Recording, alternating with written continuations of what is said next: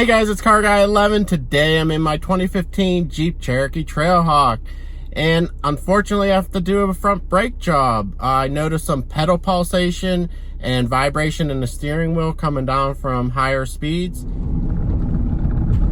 brakes aren't worn, they're just warped. So today we're going to do the brake job and I'll show you how it's done.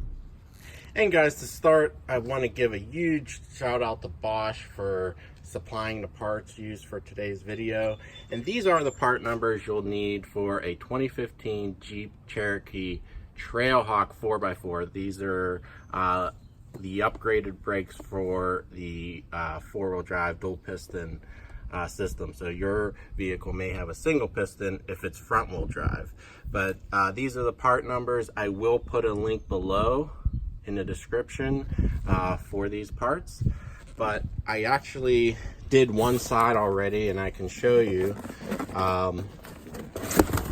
They're not completely worn, the pads, but they are getting low. And this is the new pad. Of course, Bosch provides all new hardware as well, but yeah, they're definitely worn. I have almost 65,000 miles on the Jeep right now, and like I said, I'm mainly changing it for the rotor warp, but you know, the pads could have lasted a little longer, but unfortunately the rotor's warped. But as you'll see here, the old rotor was pretty rusty. Of course, we have a lot of bad winters that uses road salt here in Pittsburgh, so yeah, the inside there is looking pretty bad. And of course, the new Bosch rotor, bright and shiny, it's coated, and it should resist rusting for a few years anyway. But yeah, those are the parts we're starting with. Let's get to the job. Now, I already have the Jeep jacked up and on jack stands, the wheel removed, and including the wheel spacer, and the wheel turned out for easy access to the caliper. And we're gonna start today by removing the two caliper bolts, one on top, one on bottom. These are 14mm sockets. And while you're taking off the caliper components, it's a good idea to spray the rotor hub down where, in particular, this little retaining bolt and just anywhere along the hub, because I'm sure it's going to be difficult if it's like the other side to remove that rotor that's seized on from rust. These bolts are not on that tight, so you shouldn't have any issues removing them. Bolt starts spinning, you may have to hold that while unscrewing it. Now you want to just slide off the caliper.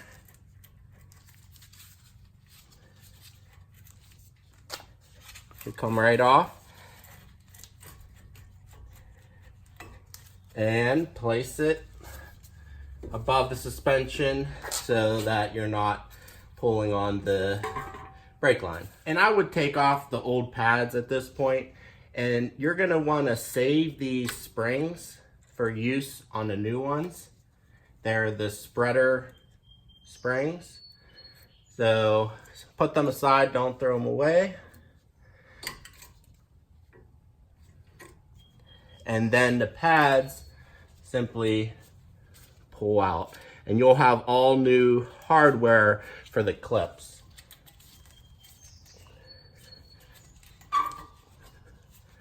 And these are about the same as the other side. Not completely worn, but probably halfway, maybe a little over. There you go. So now comes the fun part, taking off the caliper bracket bolts. And there's two of these, one on top and bottom. They are torqued very tight, like 129 pound-feet. And they're a special head, and I had to buy this E socket. It's an E20 to fit it. Now, if you don't have it, which you probably don't, a 5/8 or 16mm socket will work, but I'm able to, and I'll show you here in a bit, actually get my impact on it, and it fits. I have clearance to fit that behind there to use that, which makes the job a whole lot easier. Right out. Now another fun bolt is this 5mm hex retaining bolt that holds the rotor on the hub. This could easily be corroded on. It was tough on the other side, so I'm going to use my impact and we're going to try to remove it. All right, that worked well. Came right out. Now get your eye protection on and a big hammer and start banging the rotor to get it off the hub.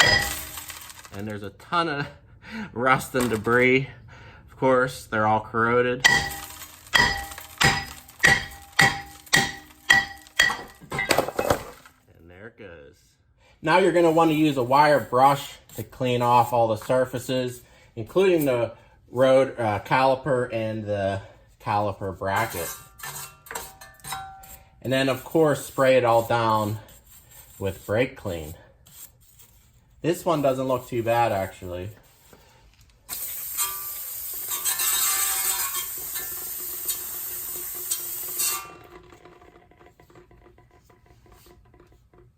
And that'll dry up in a minute or so. Now for the caliper bracket, again, you're going to use a wire brush on it, clean off any debris. And you're going to do a couple more things. There's the pins in here, the slider pins. You want to make sure these are moving. And if not, you may have to pull them out and re-grease them. But like this one's moving fine. Just get them moving. And this one's a little bit tougher. There we go. I'm not going to pull them apart if they're moving. I'm also going to spray this down with brake clean it up a little bit. And then you're going to remove these clips. There's new ones supplied with the kit, so just use your needle nose and work them loose. And then you can make sure you get the correct orientation for the new ones and just press those right back in with your hands. Just like this. All right, you do have to compress the pistons in the caliper. So you're gonna wanna grab an old pad,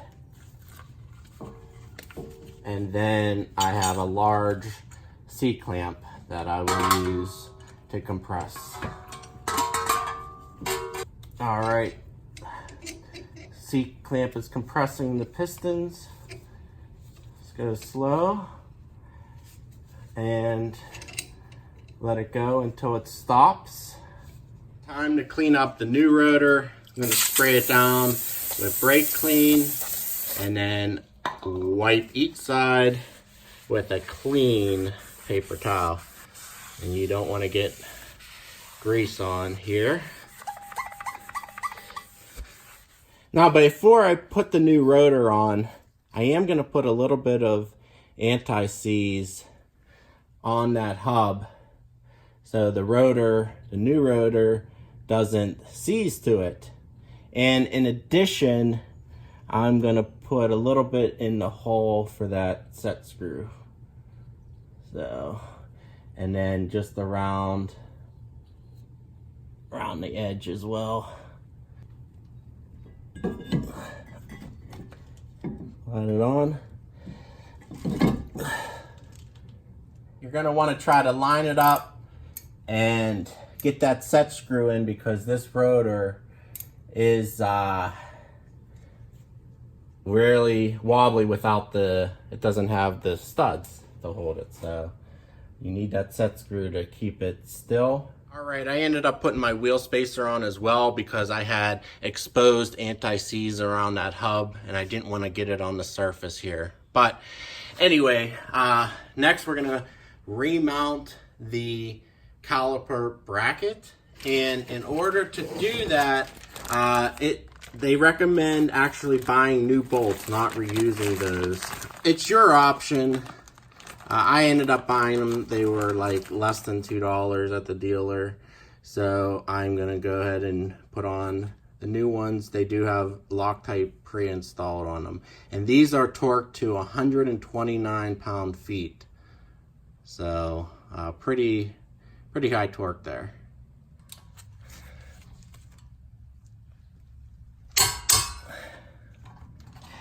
Now, when you get the new pads, you have to install these spring clips at the top of each pad before sliding them onto the caliper bracket. And I'll show you which way they go once I do that. All right. Now, you're also going to apply some of the supplied grease, brake grease, to the top and bottom sliders and then on the back of the pad. And this is to prevent squealing. Just a thin layer.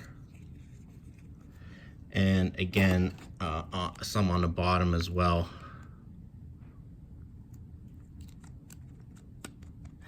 Now, when you mount them, you're going to want to put the spring clip at the top of the bracket.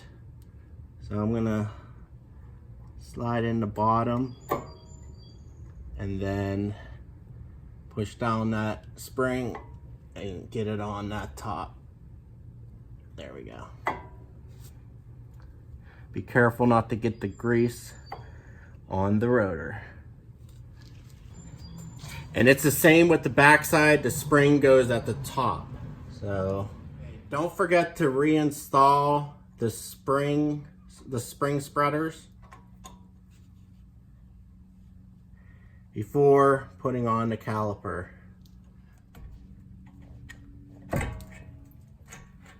Slide the caliper back on and then line up your mounting bolts. Now, these bolts don't get tightened very much, just 32 foot-pounds. That's it. All right, guys, we got everything buttoned up back in the vehicle to do the bed-in process. And what we're gonna do is about 5 to 10 stops from 40 to 10 miles per hour and make sure the brakes heat up and you smell the brakes.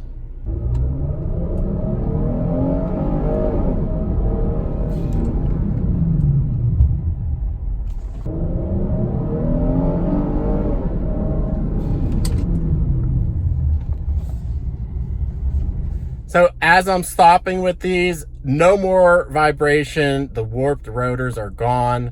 Very happy to report that. And again, huge thanks to Bosch for providing these parts. You'll find the links below in the description for those and also some of the tools I used today in my Amazon store. So definitely give me a follow on Instagram or Facebook to stay up with the latest on Car Guy 11 YouTube. And for sure, subscribe and turn on notifications so you are aware of any new uploads. All right, guys, I hope this helped you save some money today, and definitely check out the rest of the channel for more great Jeep content, and of course, my C7 Corvette as well. All right, guys, hope you enjoyed it. Thanks for watching, and I'll see you in the next one. Take care.